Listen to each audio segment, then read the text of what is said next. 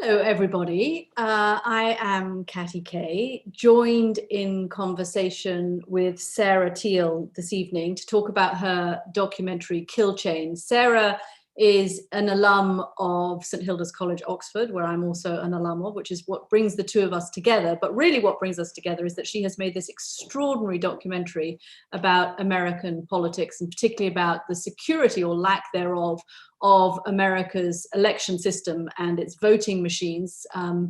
And I had the pleasure of watching this. You should all watch it before November's election. It has been described as the most important film that you should watch ahead of this US presidential election. And I don't think that's an overstatement. It is all worth all of us knowing how the fate of our democracy is looking, particularly how the fate of our democratic systems and voting systems are looking. And thanks to Sarah and Kill Chain, we get a very good insight into that. Sarah, I have a lot of questions, having watched this today, about the people we meet in the film, the systems themselves, how seriously this is being taken, the politics of this. But why don't you kick us off with this conversation? And we will take questions from all of you, so feel free to send in your questions. They'll be fed to us. We will answer those. Give us your name as well. If you have follow-ups, we'll answer those too. But Sarah, why don't you just kick us off with what launched this project, which of course is a follow-up to a previous documentary of yours, how you got here and how the film came out, and how you are surviving the pandemic moment with the film coming out. Yes, thank you so much. Thank you so much, Katty. So yeah, no, there was a previous documentary. Kill Chain, The Cyber War on America's Elections is its full title, and it came out on March 26, 2020 on HBO in the middle, really. It was probably the worst possible week of the pandemic. So I have continued filming, and I'll tell you a bit about that. But before that, in 2005, 2006, the same team, which is Simon Ardezzoni, Russell Michaels, and me, all Brits, weirdly. Simon and Russ can't even vote in America, but at least I can. We made a film called Hacking Democracy with a Finnish hacker called Harri Hursti. And in Hacking Democracy, Harri showed how easy it is to flip the vote using only a memory card. And the film caused a scandal, made Harri famous. We got nominated for an Emmy.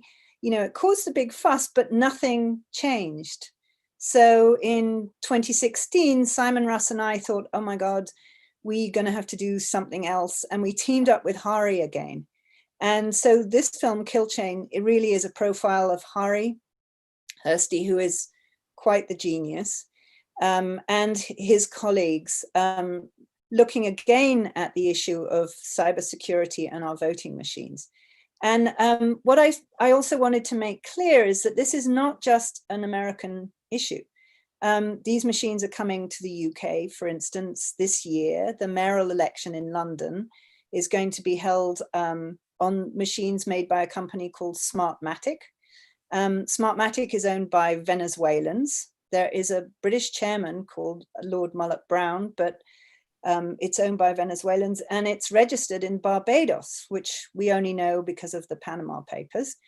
And Smartmatic machines were used recently in the LA County elections, primary elections, and completely melted down. It was a complete disaster, and they are easily hackable like the machines in Kill Chain. And Smartmatic is now sold all over the world. So it's sold in Belgium and Estonia and Brazil and Argentina, everywhere. And is the London elections are just the sort of tryout, but it's coming to the UK soon. And all the election machine companies are actually registered offshore. They're owned by holding companies. We don't know who's behind them. We don't know the money that's behind them, who's invested in them. Anyone, I mean, Vladimir Putin could own them as far as we know. So it's a real concern. And they are wide open to hacking. So I've carried on filming. I got a bit obsessed. The fact that it came out in March when it got a lot of reviews and stuff, but it's happening. And it's been happening in all the primaries. So we kept filming, and we were filming in Georgia on the primary elections on June 9th with a tech correspondent called Miles O'Brien. We did a piece for PBS NewsHour, and we hope it'll become a bigger film. But in Georgia, all the machines melted down. It started with the e-poll books, and e-poll books are basically iPads that these small companies usually download the registration rolls onto, and then people are logged in when they come to vote. Many of them just didn't work at all. And as Harri likes to say, there is no such thing as glitch. So this happened all over the country, mainly in Black communities. As we know, in 2016, the Russians got into registration rolls in pretty much all 50 states. Are they still in there? We don't know. Nobody's looked. I imagine that having once got in, they didn't leave. So were they behind the shutdown? Who knows? Nobody's looking. That's half of the problem. And there's no pushback from Washington against the Russians. And as Cyberzeiss says in our film Kill Chain, Cyberzeiss was this guy who hacked into the Alaska voting systems and could have changed any vote. When he was there, he found state actors from Russia and China already there. So this is serious. Our November elections are coming right up. The primaries are happening. There have been disasters happening in states all over, but mainly in swing states. So places like Georgia, Florida, Pennsylvania, Wisconsin, has this been happening. And it's reported, but it's reported mainly locally. And nobody's really putting it all together. And I think it's important to see it for what it is and to talk about it. So I'm very grateful that you're all here. And I'm happy to answer anything about 2016 or what's happening now. Sarah, thank you very much. And I'm glad you mentioned Cyberzeiss. It's such a great way to start the film with this blacked out figure who's talking about the Alaska, talking about the fact that he could have changed votes or he could have changed vote tallies. And then we don't actually find out who he is until the end of the film. There's that great kind of juxtaposition of the two of them. I'm going to kind of run through the questions I have, almost run through the film sort of chronologically. And I want to start with a point you raised right at the beginning of the film. And that is, what is the point of the hacking? Why are people hacking America's democratic systems? And as a senator says in it, not just democratic systems, every NATO country has been hacked. But why are hackers doing this? I think it's actually not particularly because Vladimir Putin loves Donald Trump. I think it really is actually to cause chaos and to divide the country. So they really are, if you ask me, they're aiming at Black communities because they are stirring the racial divide in America. And if you want to create a weaker country, you divide and conquer. And America right now is divided and is a weaker country. So in fact, in many ways, they're succeeding. And the only way I think to stop it is to hand mark paper ballots and risk limiting audits. It is stoppable, but there is no movement in Russia, in Washington, slip of the tongue, to do that. And so if the aim is to kind of create chaos and undermine confidence in the democratic process and in democracy writ large, as a point that you make in the film that kind of appears consistently is that actually you don't need to change votes. I mean, Cyberzeiss talks at the beginning about I could have changed vote tallies, but actually I think the film makes a really smart point, which is that you don't need to change a single vote in order to achieve your ends. Right. No, you just need to. I mean, what happened in Georgia on June 9th was people waited in line for 8 hours to vote. And many people were knocked off when they finally get there. They go to sign in and their name is not on the registration rolls. Well, that's what you can do. You get into the registration rolls, you knock people off, you change their party affiliation. Explain that a little bit more, Sarah, how somebody might be knocked off, how, for example, their address might have been changed or they might become invalidated to vote. Some of the things it actually happened to me. It happened to me. I voted in the same precinct in New York City for 30 years. And I went in to vote and with my daughter. And they were all like, hi, Sarah, it's the same old ladies that have been there forever. And my name was not on the registration rolls. I had been deleted.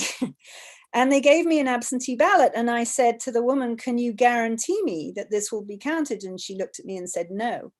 And also she said, interestingly, are you a Democrat? And I said, yes. And she said, oh, this is happening to thousands of you. And NPR did an investigation in New York. And between Brooklyn and Lower Manhattan, there were 300,000 that they found. And this is in a state where it's reliably a democratic state. So the only reason they did it is to undermine the process, to make people feel confused and angry, and to create chaos. So let's pick up on that a little bit, because you say the only reason they did it, and you say my vote was I was deleted from the rolls. Spell out to people why you are so convinced that there is a they there. This was not just a mistake in the technology, that there wasn't just a glitch that may have deleted. What makes you give us the evidence for that? Well, it's also an investigation. I mean, we interviewed Michael Daniel, who is the cybersecurity chief for Obama. And I was expecting him to give us a sort of slightly defensive, polite interview. And in fact, he was very, very candid, and he walked us through step by step what it felt like, realizing that the Russians, and they knew it was the Russians, realizing that the Russians were in registration rolls in what turned out to be pretty much all 50 states. And the sense of panic when they realized that was happening. And there has since been 2 Senate intelligence reports, all 17 intelligence agencies in Washington, which never happens, all report that, yes, it was the Russians, and yes, they were in the registration rolls. And we interview Mikko Hipponen, who did a report from Finland. He's one of the world's top cybersecurity people. And he printed out all the IP addresses everywhere where this had come from. And thinking that if they did that, they put the report out, that the Russians would stop. And they didn't stop.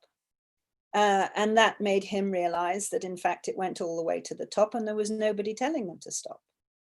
Okay, so, let's get back to the politics, because the politics of this, of course, are fascinating in a bit, and what's going through the Senate, or rather what isn't going through the Senate, and what discussions people are having here.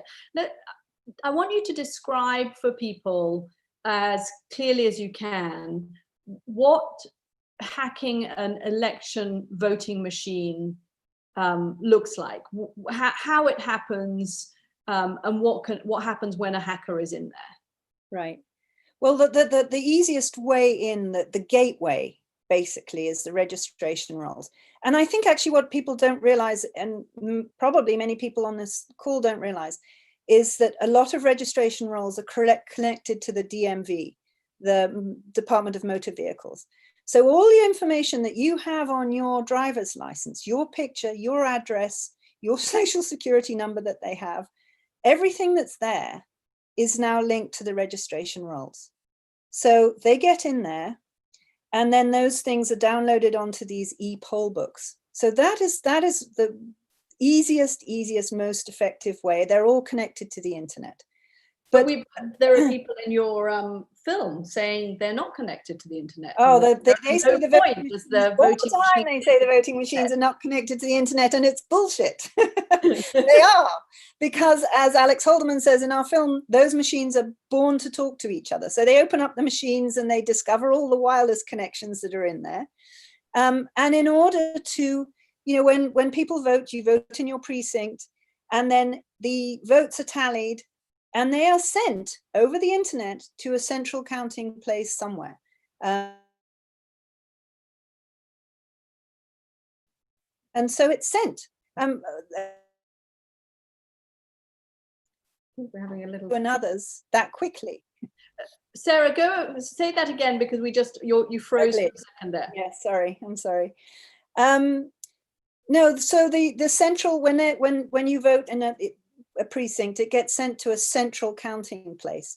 And in Manhattan, where I vote, it's down near City Hall.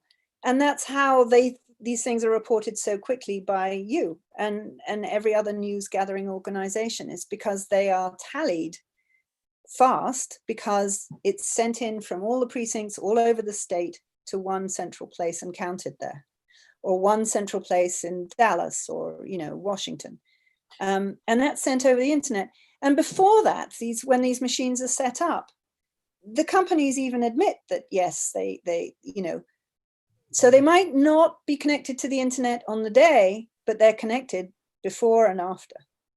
So the companies know that there are vulnerabilities, presumably, Yes. because they know that their machines are connected to the internet, and they know that they can be hacked. I mean, you've gone to the companies, they haven't responded to you, but with this evidence, and they've been invited to hackers conferences to see the evidence from themselves. It's a wonderful scene in the book of this hackers conference and all these guys trying to get into and succeeding in getting into voting machines fairly easily. Why do American voting machine companies not do more to protect their machines? Well, there's no financial incentive to do so. They're still putting out the same machines that Harri hacked in 2005 are in use in 8 states all across the country. They have no paper backup. And the Diebold machines that Harri hacked are still being used. There's no financial incentive to change them out. So they don't. And that's why, you know, there's so little money basically put into this. The voting machine companies are making money by what's the word, where they come and service them for people. But in putting money into new research and new machines, no. So they don't. And do they recognize that their machines are vulnerable? Have they ever gone on the record saying that their machines are vulnerable? No, they've never gone on the record. They will not be interviewed by anyone in the Senate. You know, we had 4 senators in our film, and all of them have requested them to come for meetings and come and testify before Congress, and they won't come. And they get their money. This is public money.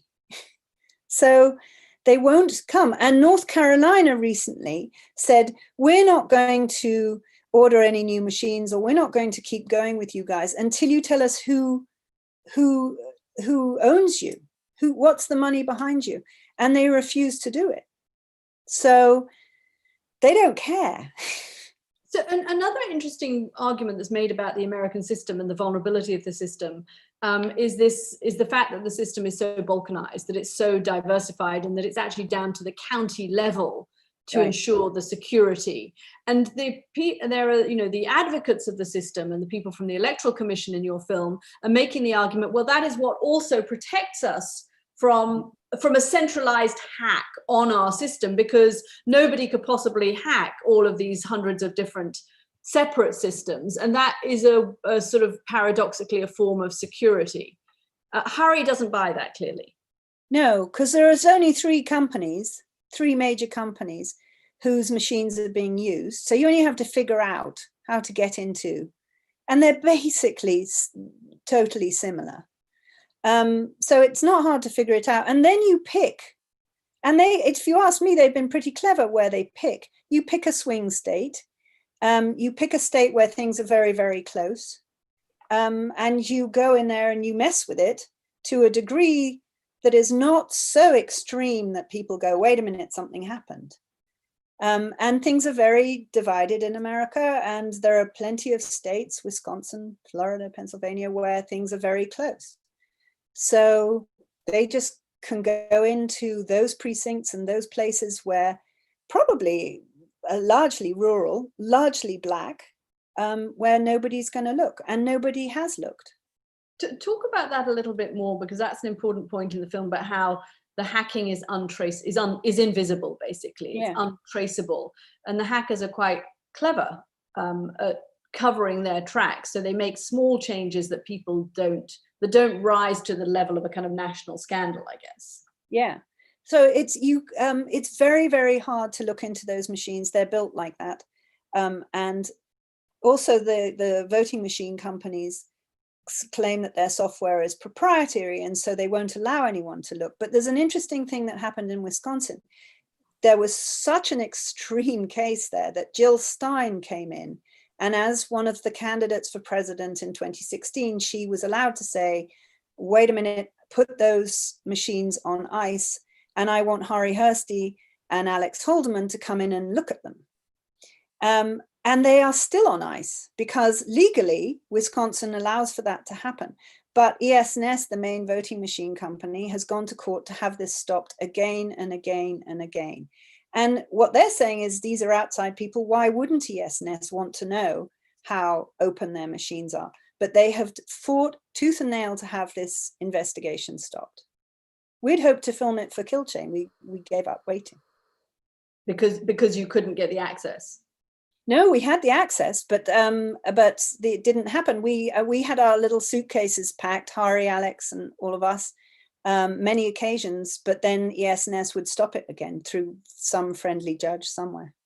But Harri did manage to buy a voting machine, yes. On the other hand. I mean, I had no idea when I was Googling for kind of, used jeans or, another chair from my sitting room. I didn't realize I could also pick up a voting machine. Oh, yes. Harri succeeded. Tell us about that trip. That was fantastic. I loved it. It was really funny. I actually have 5 voting machines in my basement as we speak.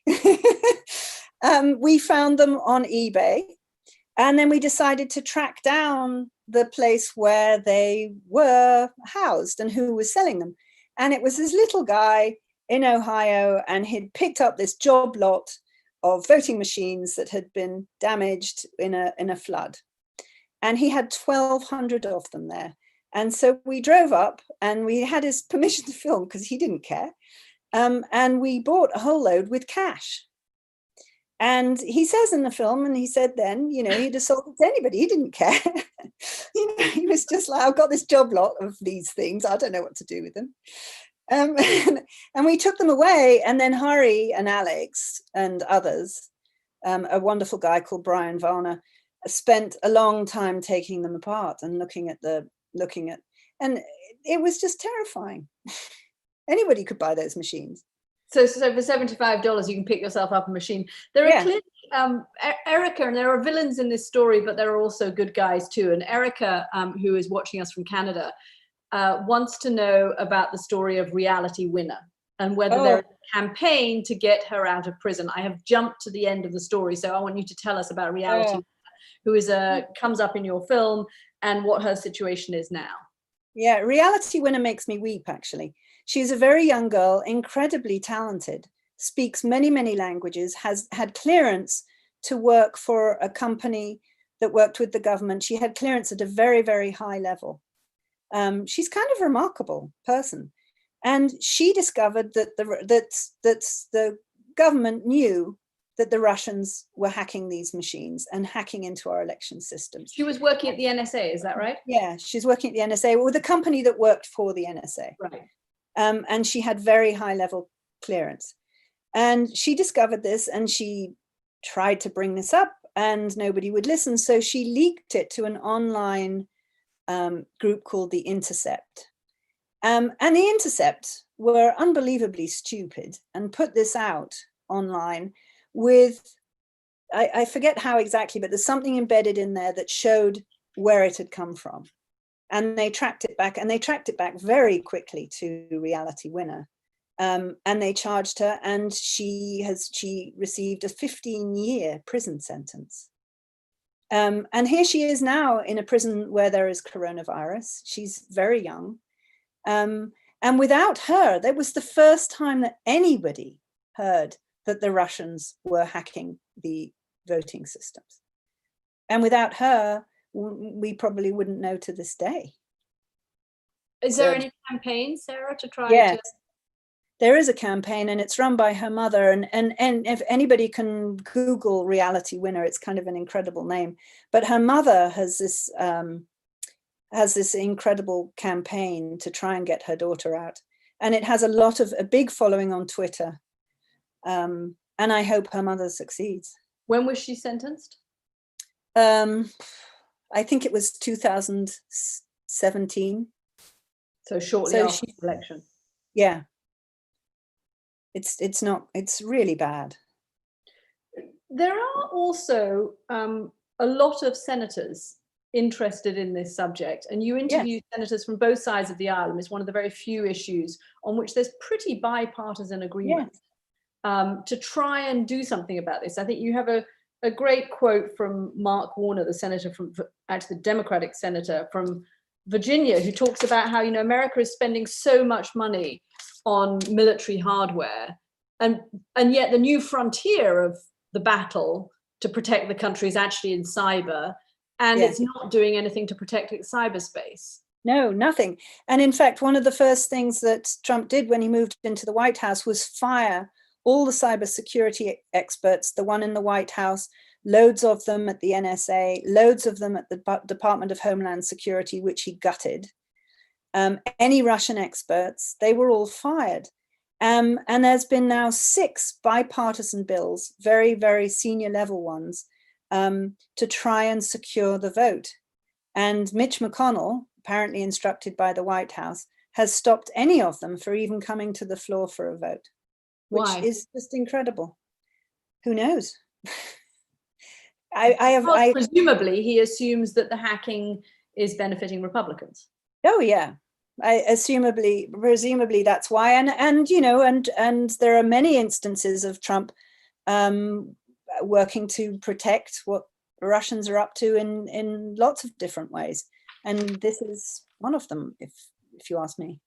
And yet the bill that the Election Security Act that was proposed is a bipartisan effort. Yes. And Senator James Langford, who is a very senior Republican, in the film, is in our film, and he gave an incredibly in-depth interview. He understood it at a really deep technological level, at every level of exactly what was going on. And he worked very hard with Senator Klobuchar, who then ran for president, to bring the Secure Elections Act to the floor on several occasions. And every time it was blocked by McConnell. What's the status of that act at the moment? Nothing's going anywhere. And even if they passed it right now, which isn't going to happen, it's those bills, it would be too late to do anything before November. Why would it be too late to do anything before November? Well, I think what has to happen before November, machines instantaneously, or yeah, I take that back actually. If they did something now, but it's a catch-22 in America, because elections are run by states and run by counties who guard that fiercely, and they will not be told by the federal level what to do. Which is McConnell's reason for blocking all of these things, states' rights. But the moment has come where we have to say we need hand-marked paper ballots and audits. You have a quote, we talked at the beginning, you talked at the beginning, Sarah, about how this is not just an American issue. And I think it's James Langford in the film that talks about how every NATO country, every NATO country has had their election systems hacked by the Russians. Yes. Which and is we every single one. And we use the example of Estonia, which came within a hair's breadth of electing someone that in fact had only got 1% of the vote, who was a far right winger.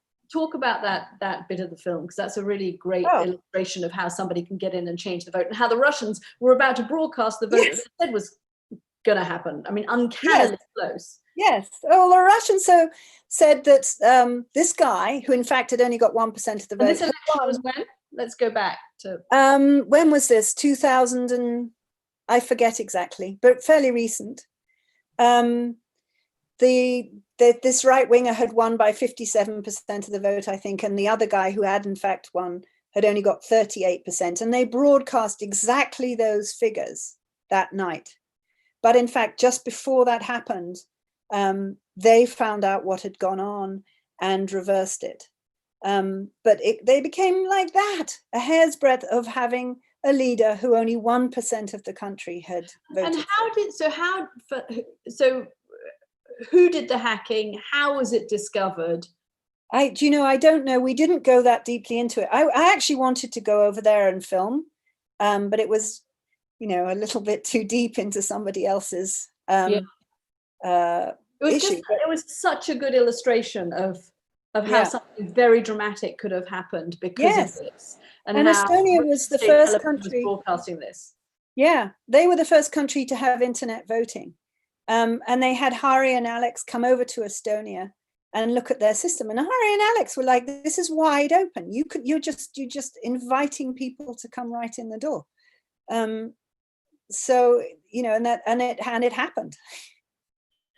Mark Warner, the senator who we were talking about earlier from Virginia, says something very interesting in the film about how this was basically a failure of imagination on the part of the United States. Because actually, if you go back and look at what a Russian, I think it's a top Russian general had said, Russia had basically broadcast that this was what they saw as their playing field advantage. Yes, they had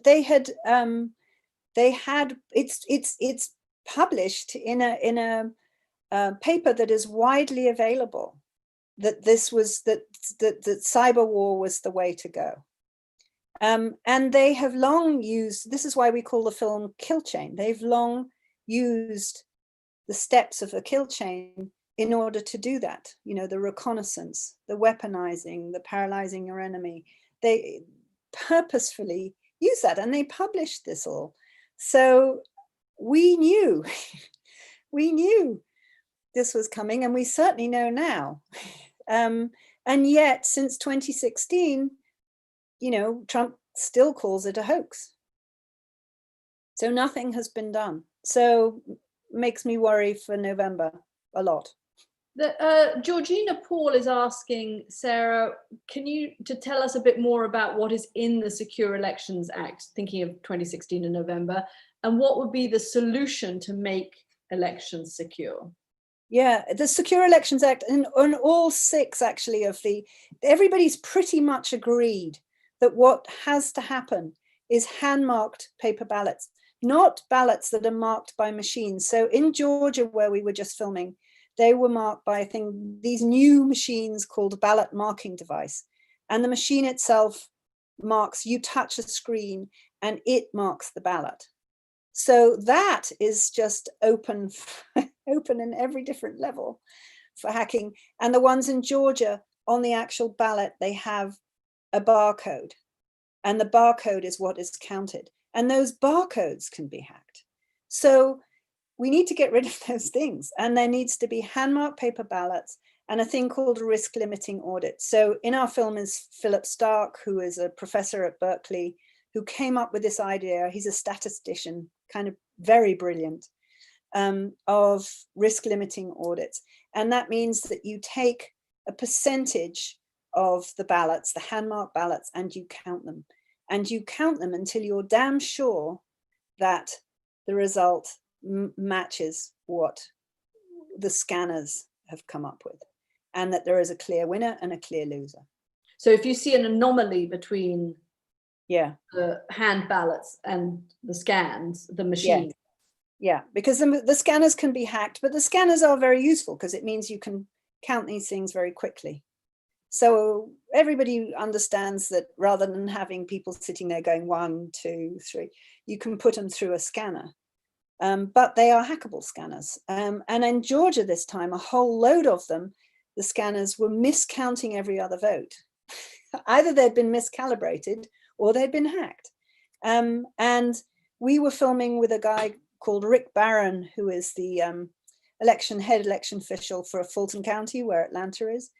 And he could not get, they audited it, they could not get them to match. How could you prove? Georgina has a follow-up, by the way, about mail-in ballots. She wants to know whether they are secure. But let me just quickly ask, because you said there, either they had been miscalibrated or they had been hacked. Right. How can we prove that they've been hacked? We can't. You can't unless you look. And we asked Rick Barron, you know, well, are you going to look? And he's like a lot of election officials. He turns out to be a very nice guy. He just doesn't understand. And he said, well, you know, we lock our voting machines in a room so people don't have access to them. Well, he doesn't seem to understand. Cybergeist was sitting in New Delhi, India. You don't need to be in the same room with the machine in order to hack it. And that's the level of misunderstanding that we're dealing with. And mail-in ballots. Mail-in ballots is a funny issue. Ron Wyden is from Oregon, and Oregon have been using mail-in ballots for years and have had no problem with them. And there's other states, I think, that uses only mail-in as well. So there is ample evidence that mail-in works fine. And in Georgia, this election, in Fulton County, they usually get 1,000 or so mail-in ballots, absentee ballots. This time they had 815,000, I think. And they set up a huge warehouse of people opening the mail-in ballots and putting them through scanners and counting them. And that's what you have to do. But then you have to audit those mail-in. You have to count a percentage. Using the same system that you were describing. Yes. Right. We've been talking a lot about Russia because Russia was so implicated in 2016, but I think the film makes the very good point that it doesn't need to be Russia. No. This could be, and it doesn't even need to be the presidential. And we sort of think Russia, Moscow in the presidential election, but this could trickle all the way down, and it could be the guy in the house next door. Yeah. Harri likes to say that actually with local elections, there's an awful lot of money on the line. Some guy who's going to build the next, some contractor is going to build the next bridge and it's worth, $50 million to him. Well, hell, he wants the guy who's going to vote for the bridge. So, it's there are plenty. Or as somebody says at DEF CON, if you're an animal rights activist, if you're on the left and you want environmental issues to be your thing, why not get in there and change it so that the environmentalist gets in? What evidence do we have that other countries are doing this as well as the Russians, and who are they? Well, when we were filming with Harri in Georgia just recently. And Harri said point blank that because there has been no pushback against the Russians at all from the United States, other countries are now getting in that space. Cybergeist, when he was in Alaska, said that there were Chinese. And he was very funny about it. It's actually not in our film. He said you could tell that if they were Russian or Chinese because the Russians want to figure out what you did and just steal it from you. And the Chinese want to pay for it. So describe that to people, because I love Cybergeist. I'm not sure I love what Cybergeist is doing, but I love the whole sequences with Cybergeist. What do you mean when he says when he was in there? I mean, it sounds like he's at some sort of conference or something. And he's bumping into kind of Russian operatives and Chinese operatives as he's having his breakfast. But so what do you mean by when he was in there and how he's coming across these people and how he saw the telltale signs of other people being in the Alaskan voting?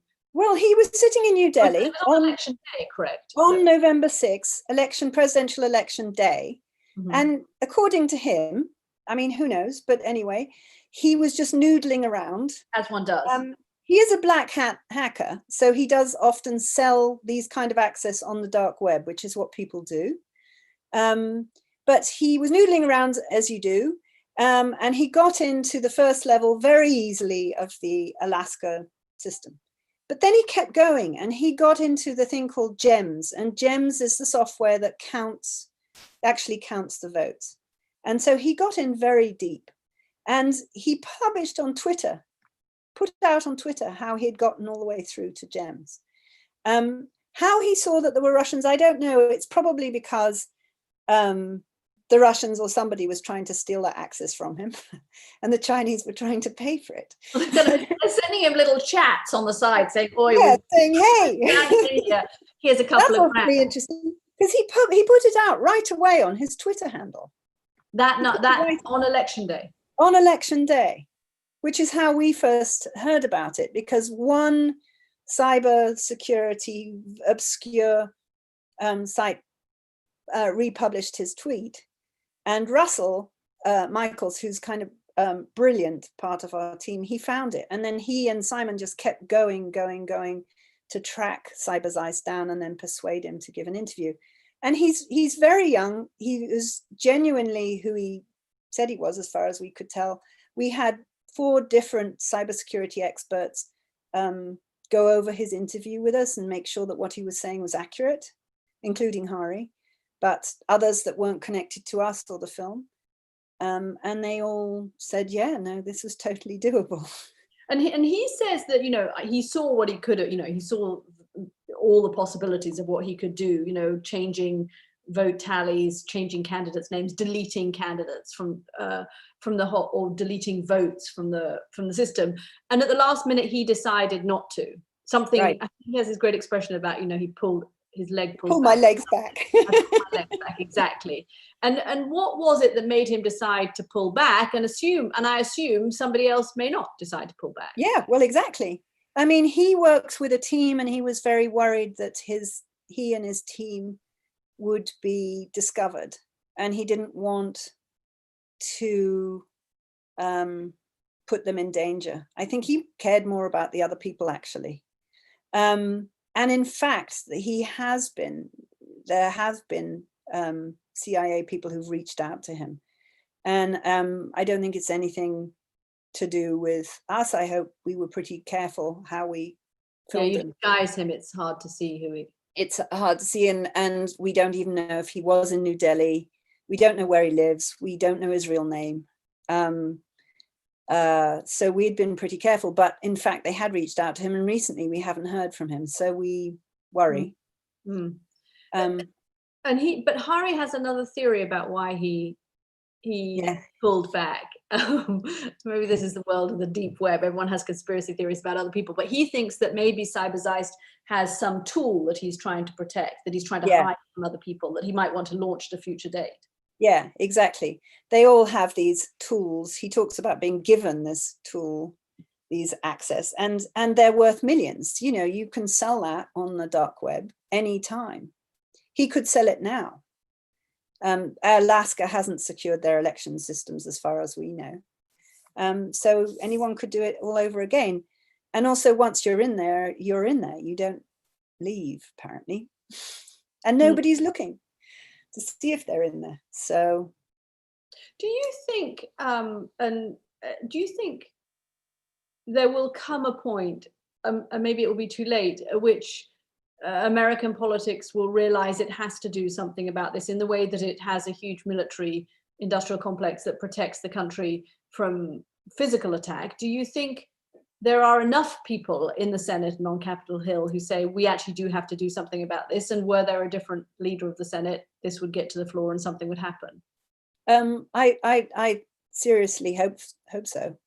Harri is working with all kinds of people in government quietly to try and educate people and to push for change. Alex Haldeman is working very closely with people.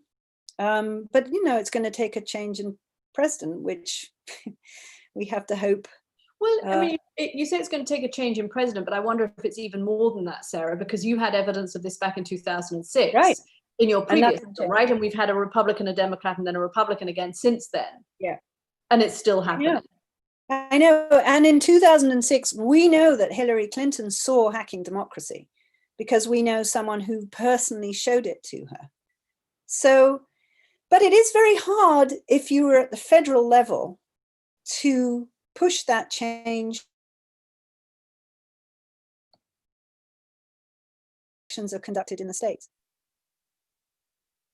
I think we've occasionally you glitch. Yes, Sarah. I know. I'm sorry. That's you know, okay. This country that has fantastic broadband all around the world. I mean, it's amazing. I go out to Virginia an hour outside of Washington, and I can barely make a cell phone call. Exactly. We wonder why the elections are getting hacked. You know, this. Exactly. Well, this is not. I'm actually not on the internet. I'm using an AT&T hotspot because it works better here than the internet. I would have thought maybe one of your friendly hackers or Harri might be able to fix this for you. Fix it. I know. I keep asking him to please. There's a question that's come in. Has there been any follow-up in Georgia, the state, not the country, where Governor Kemp was allowed to oversee the voting, but of course and you perhaps go over this for people that don't know it, although I imagine a lot of people do, the story of Kemp in 2018, who was overseeing the election, but also then ran for governor. And then you have a very good example of a polling station where I think it was 6 out of 7 machines tallied for Democrats and one tallied for Republicans. You had an example there from that race. Yeah, which Phil Stark, the statistician, said it's a 1 in a million chance of that happening. Yes. So tell people about that. No, so Kemp was elected. The Secretary of State is now a guy called Brad Raffensperger, and we just interviewed him. Nothing has changed. When there was a complete meltdown, I mean, on the front of the Atlanta Journal, the major newspaper in Atlanta, said, called it a complete meltdown, the election on June 9th, the primary.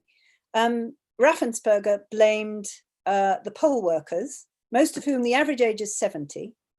He blamed them. He blamed Rick Barron, who is the Fulton County, head of Fulton County. He blamed everybody else except the Secretary of State's office.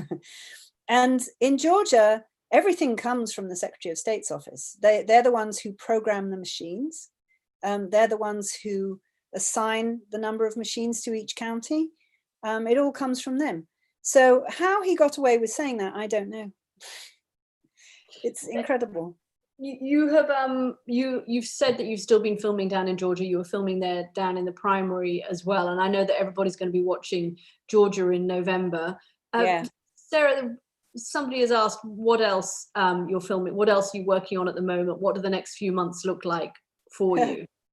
Well, I mean, my poor husband, I promised that after Kill Chain I would drop this. But then I was introduced to Miles O'Brien, who's this tech reporter. And we just sort of, off we went. And so it's carrying on.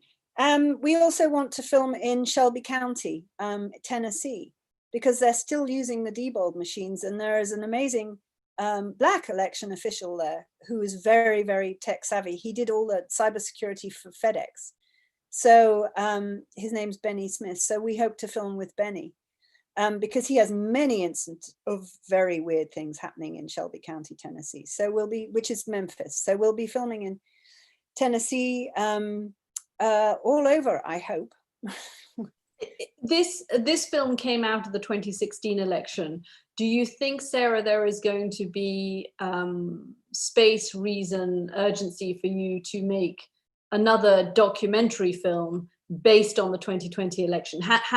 Has the process changed enough? Are new actors playing in this field?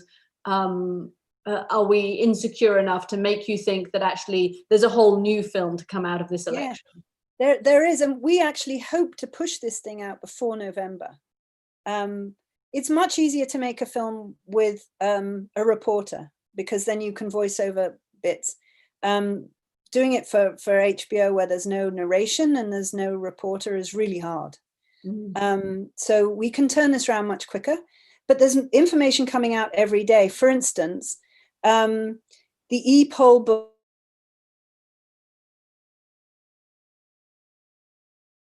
books that were used in Georgia, they're made by a company called No Ink. And they include a thing that's apparently a security device called a Marecki device. Harri didn't know that. But he does know about Marecki devices, and they all contain random remote access capabilities. So it's very, very easy to hack into the e-poll books. So that was new information we didn't know. They're also using software called Clarion that's made by a company called Teale that's based in Barcelona, Spain. Teale recently went broke. Filed for bankruptcy and are up for sale. So who's going to buy them? They're in every single Dominion voting system all across America. That would give you access to a third of the votes right there. We are going to wrap in a second, but I just want to, for everybody who is watching, Sarah, what is your advice when it comes to protecting America's democratic systems? In fact, not just America's, everyone's democratic systems. We should all vote. I mean, first of all, everybody, this one, November, everybody needs to vote. And we should not just voting that matters, right? It's how you vote. It's how you vote. And I mean, you should. And I'm not talking politics here. I'm talking, physically. Yes, and how you do it. Either ask for an absentee ballot, which is what I'm doing. I don't want to go stand in somewhere where the potential for coronavirus is. Or when you go to your polling place, ask for an absentee ballot, a piece of paper, and hand mark it.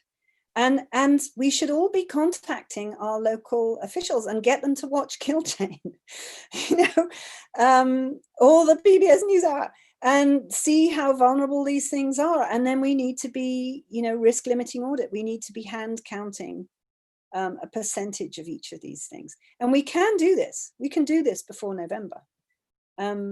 So, we just all need to become activists for our own democracy. Otherwise, we're going to lose it. Great advice. Great way to finish. Sarah, thank you. Vote. Make sure you have a piece of paper. Don't trust the machines, and become an activist. And much more importantly than all of that, watch Kill Chain. Watch Kill Chain. Or become a poll worker. Harri always tells everybody, go and be a poll worker, because most of the people who are there, they're seniors. They're in their 70s. They don't know about the tech side. They don't know about this. Yeah. Harri, by the way, the film is fantastic and very and great on the substance and the politics and everything, but it has wonderful characters, and we've spoken about Cyber Zeiss. We haven't spoken very much about Harri. I've been keeping him in reserve for everybody to go and watch it, because he's a great character, and you even get to meet his mum, which was one next time you need to meet his mum, and next time he comes to Washington, you should go out to dinner. He's great company. I would love that. I would really enjoy that. Okay. Sarah, thank you very much. The film is wonderful. Whoever said it's the most important thing to watch before the election was right. Please go ahead and watch it, everybody. And thank you, everybody, for joining Sarah and I. Thank you so much. Thank you.